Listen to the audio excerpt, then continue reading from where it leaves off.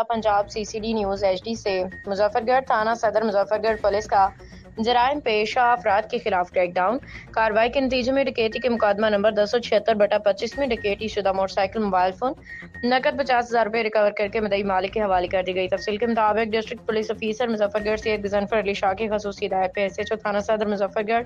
ملک یونس کا اپنی ٹیم کے ہمراہ جرائم پیشہ افراد کے خلاف بہترین کارروائی کرتے ہوئے ڈکیتی کے مقدمہ میں بہترین تفتیش و کارروائی کے نتیجے میں ریڈ کر کے ڈکیتی شدہ موٹر سائیکل موبائل فون اور 50,000 روپے برآمد کرتے ہوئے مدعی مالک کے حوالے کر دی گئی۔ اس موقع پہ SHO